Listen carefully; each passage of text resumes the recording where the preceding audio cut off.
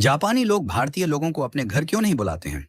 Japan में साल भर से ज्यादा समय से रह रहे एक भारतीय व्यक्ति ने जापान में एक अजीब बात देखी कि उसके जापानी मित्र विनम्र और मददगार थे, किंतु उसे कोई भी अपने घर नहीं बुलाता था, बल्कि एक कप चाय के लिए भी नहीं।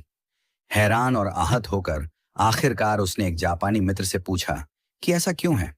काफी देर तक चुप रहने के बाद उस दोस्त ने भारतीय व्यक्ति को जवाब दिया कि हमें भारतीय इतिहास पढ़ाया जाता है, किंतु प्रेरणा लेने के लिए नहीं, बल्कि एक चेतावनी के तौर पर।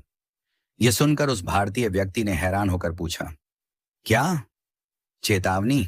भारतीय इतिहास चेतावनी के तौर पर पढ़ाया जाता है? प्लीज बताओ ऐसा क्यों है?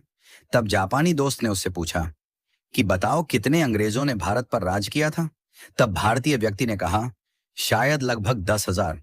जापानी व्यक्ति ने गंभीरता से सिर हिलाया और पूछा, उस समय भारत में 30 करोड़ से ज्यादा भारतीय रहते थे, है ना?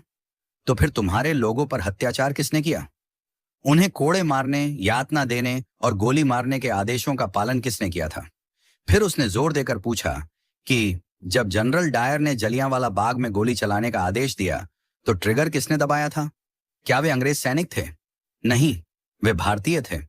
किसी ने भी जनरल डायर पर अपनी राइफल क्यों नहीं तानी? एक ने भी नहीं। फिर उसने कहा, तुम जिस गुलामी की बात करते हो ना, यही तुम्हारी असली गुलामी थी, शरीर की नहीं, आत्मा की। वह भारतीय व्यक्ति जड्डवत, मौन और शर्मिंदा खड़ा सुनता रहा। जापानी मित्र ने आगे कहा, चलो बताओ, मध्य एशिया से कितने मुगल आए थे? शायद कुछ हजार। और फिर भी उन्होंने सदियों तक तुम पर राज किया।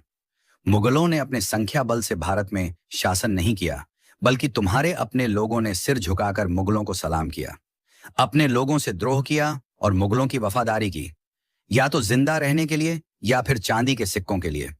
तुम्हारे अपने ही लोगों ने अपना धर्म परिवर्तन कर लिया, अपनी बहन बेटी मुगलों से ब्याह दी। तुम्हारे ही लोगों ने तुम्हारे नायकों को अंग्रेजों को सौंप दिया।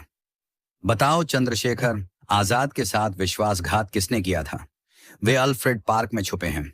यह खबर अंग्रेजों को किसने दी थी? भगत सिंह को, उस समय के बड़े राजनेता जो अंग्रेजों से अपनी बातें मनवा सकते थे, उनकी अनुमति के बिना फांसी पर चढ़ाना आसान था क्या? जो कि खुद को देशभक्त कहते थे। तुम भारतीयों को विदेशी दुश्मनों की जरूरत नहीं है। तुम्हारे ही लोग सत्ता, पद और निजी लाभ के लिए बार बार तुम्हें धोखा देते हैं। इसलिए हम भारतीयों से दूरी बनाकर रखते हैं। जब अंग्रेज हांगकांग और सिंगापुर आए थे, तो एक भी स्थानीय व्यक्ति उनकी सेना में शामिल नहीं हुआ। लेकिन भारत में तुम सिर्फ दुश्मनों की सेना में ही शामिल नहीं हुए, बल्कि तुमने उनकी सेवा की, उनकी पूजा की, उन्हें खुश करने के लिए अपने ही लोगों को मार डाला। यही नहीं, तुम भारतीय तो आज भी नहीं बदले हो। तुमने इतिहास से कोई सबक नहीं लिया है। आज भी थोड़ी सी मुफ्त की बिजली, एक बोतल शराब, एक कंबल दे दो और तुम्हारा वोट, तुम्हारा जमीर, तुम्हारी आवाज, सब बिना सोचे समझे तुम बेच देते हो। तुम्हारी वफादारी तुम्हारे देश के साथ नहीं, बल्कि तुम्हारे पेट के साथ है। तुम नारे लगाते हो, तुम विरोध प्रदर्शन करते हो, लेकिन जब देश को तुम्हारे बलिदान की जरूरत पड़ती है, तब तुम कहां होते हो?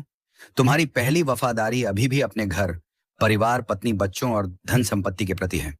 बाकी देश और धर्म जाएं भाड़ में। इतना कहकर वह जापानी वहां से चला गया और वह भारतीय शर्म के मारे सिर नीचे किए वहीं पत्थर की तरह खड़ा रह गया।